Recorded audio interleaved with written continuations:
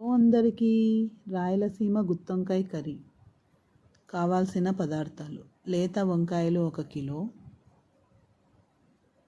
పల్లీలు, కొబ్బెర, గసాలు, జీలకర్ర, లవంగాలు, చెక్క, తెల్ల నువ్వులు, అల్లం, ఆనియన్, టమోటా 1, కరివేపాకు.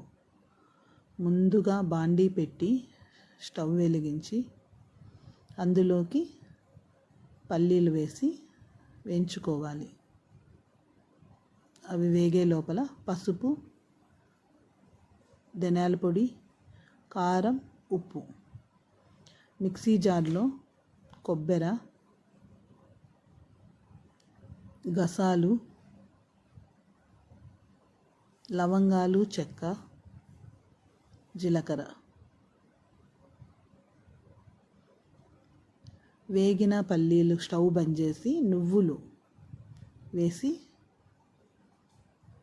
చిటాపటా అంటేనే ఒక 2 నిమిషాలు అలా పెట్టేసి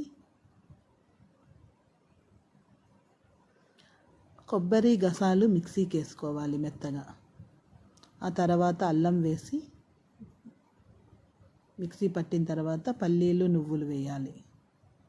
ఆ తర్వాత మసాలా పొడి కారం, ఉప్పు, పసుపు వేసి అందులోకి 1 స్పూన్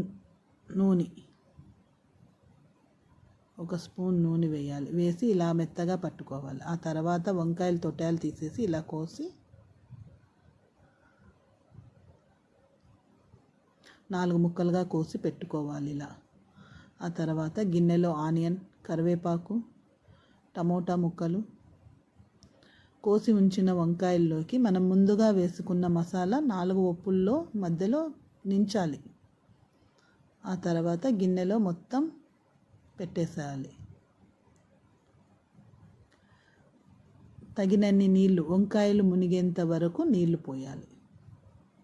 ఆ తర్వాత స్టవ్ వెలిగించి స్టవ్ మీద పెట్టాలి. మూత వేసి ఒక 10 నిమిషాలు మూత వేసి ఉడికియాలి.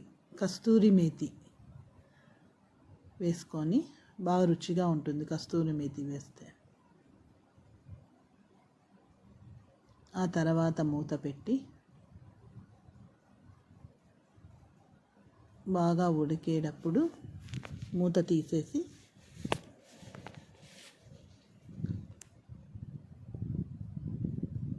Rayalaseema గుత్తొంకాయ curry ready. అందులోకి జొన్న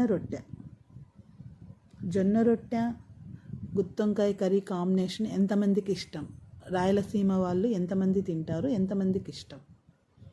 ఒకసారి కామెంట్ చేయండి. జొన్న రొట్టె మీకు జొన్న రొట్టె ప్రిపరేషన్ కావాలంటే కామెంట్ చేయండి, చేసి చూపిస్తాను. జొన్న రొట్టె, ఒక జొన్న రొట్టె తీసుకొని ప్లేట్లో పెట్టుకొని అందులోకి బాగా ఉడికించుకున్న గుత్తొంకాయ కర్రీ, చూసారా ఎంత కలర్ఫుల్గా ఉందో?